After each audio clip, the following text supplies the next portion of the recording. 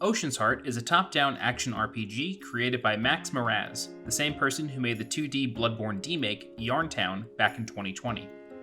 Ocean's Heart plays much the same as the games of its ilk, moving from screen to screen, slashing enemies with a sword, and acquiring sub-weapons throughout the adventure. But its shining traits are its personality, humor, environmental diversity, and unique ideas. The story of Ocean's Heart follows Tilia, a young girl from the island of Limestone. Tilia's family, consisting of her sister Linden and her father Malo, run a small tavern on the island. One morning, Tilia is asked to retrieve a rare vintage from a nearby storage cave, but upon exiting the cave, she finds her village being raided by pirates. Tilia's best friend Hazel is kidnapped during the attack and hauled away onto the pirates' ship as they leave. Entrusting his daughters to look after the family tavern, Tilia's father Malo sets out after the pirates, hoping to bring them to justice and rescue Hazel in the process. After a significant amount of time passes with no word from Malo or Hazel, Tilia gets tired of waiting and decides to go looking for the pair. Armed with her father's sword and her volunteer Navy uniform, Tilia charts a course for Goat's Head Harbor, where the game's adventure truly begins. The gameplay of Ocean's Heart is standard action RPG fare, but with an added roll maneuver that allows Tilia to evade attacks quickly. Combat mostly consists of slashing enemies with your sword until they explode, but Tilia adds more weapons and spells to her inventory as the game progresses. Staples like the bow and arrow, bombs, and boomerang make early appearances, but Ocean's Heart also features some unique items not seen in many games of the genre. The mace can make quick work of enemies who might otherwise be invulnerable to your sword. The warp arrow acts as a magical hookshot, allowing Tilia to switch positions with certain stones in the world, and spells such as the Bird's Tear summon lightning to smite enemies for big damage, but come at a heavy cost to your magic meter. Whether you like to implement creative strategies with spells and sub-weapons, or if you just prefer to get in an enemy's face with your sword, Ocean's Heart welcomes playstyles of all kinds. Something interesting to note is that many of the sub-weapons and spells are completely missable, and not at all mandatory to finish the adventure. I managed to complete one of the dungeons without ever finding its big chest, making it so I missed a very useful spell that deflects range attacks. It turns out that there is an achievement for completing the game without ever visiting this particular dungeon, even though it feels like it's along the main path of the game. The world of Ocean's Heart consists of several islands in an archipelago, many of which are either recent victims of pirate attacks or seemingly overrun with smugglers and cutthroats.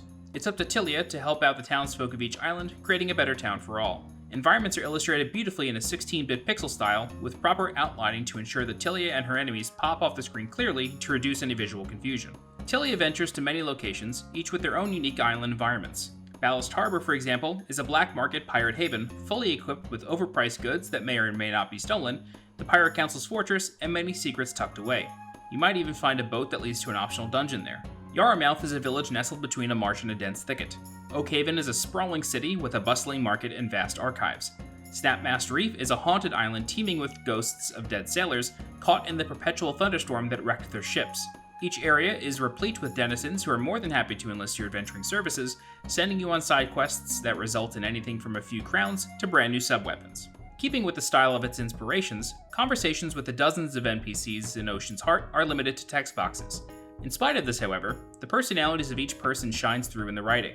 People in Ballast Harbor often speak in a pirate's loose grasp of spoken language, whereas the rich guests of the mayor of Stonehaven talk about sailing on yachts and purchasing fine art. There is humor in nearly every conversation, which brings levity to the game, as Tilia's mission to find her father and best friend takes her down less jovial paths most of the time. One of the standouts of Ocean's Heart is its music. It's difficult to classify or put the game's soundtrack into a genre. The sound is clearly inspired by similar games from the 80s and 90s, but the depth of some of the tracks is impressive. Personally, if I'm in a flow state while playing a game, killing bad guys and completing quests, I'm not very often paying attention to the music. Every once in a while, however, a track will make me stop what I'm doing and force me to just listen to it for a while. Several songs in Ocean's Heart made that happen, including the themes for Oakhaven, Ballast Harbor, and Sprucehead Shrine. Hopefully the soundtrack will be released for download or be uploaded online for streaming at the very least. Another standout of the game is the sheer amount of places to go and things to do. As mentioned previously, it's entirely possible to beat the game with an incomplete inventory or not having visited entire sections of the map. By the time I defeated the final boss, I was missing several items in my inventory and only had 13 heart containers, despite leaving the final dungeon before killing the boss in an effort to delay the end and find everything. It's impressive how well some things are hidden in this game. Ocean's Heart rewards those who search every nook and cranny of its world, and each finding leads to another. A true sense of discovery is not something that is easily accomplished, but Ocean's Heart has it in spades. The one thing missing from Ocean's Heart can be best described as fanfare. The game often moves on from exciting moments a bit too quickly. It's hard to quantify an effective way to alleviate this issue, as it manifests itself in many ways. Dialogue boxes appear almost instantly after opening a chest. The fade to black transitions when entering or exiting a cave are quite fast. Dungeons often feel too short because of the speed at which you move between rooms. The game doesn't really give itself time to breathe before moving on to something new. The game's frame rate is inconsistent at times, especially when there's a lot happening on the screen, whether it's from enemies or just townsfolk. I was also able to consistently reproduce a screen wrapping bug by getting hit by an enemy while standing in a doorway. Because Ocean's Heart is a modern game and can load more than one screen into memory at a time, the screen wrapping doesn't have the same effect as it would in other games where your character might get moved out of bounds, but it did cause the camera to freak out. In addition to these two consistent issues, there was a progress halting bug that prevented players from triggering the final boss encounter, but it was quickly patched. Players who purchased the game upon release won't ever run into this bug, but I did want to mention it as it was part of my review experience. All of these problems, however, were easy enough to look past because of how enjoyable the overall experience was. One of the things that sets Ocean's Heart apart from its contemporaries is that it was created by one person.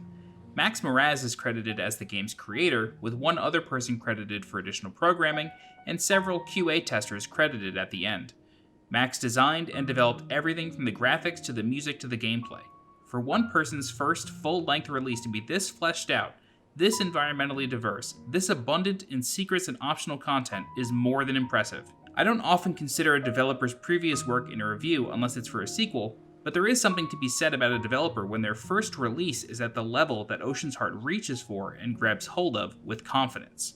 Whether you're a fan of old-school action RPGs from the 80s and 90s, or if you're a newcomer that's interested in the genre, Ocean's Heart is worthy of a purchase.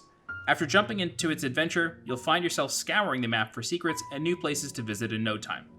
Ocean's Heart is available on Steam for Windows beginning January 21st.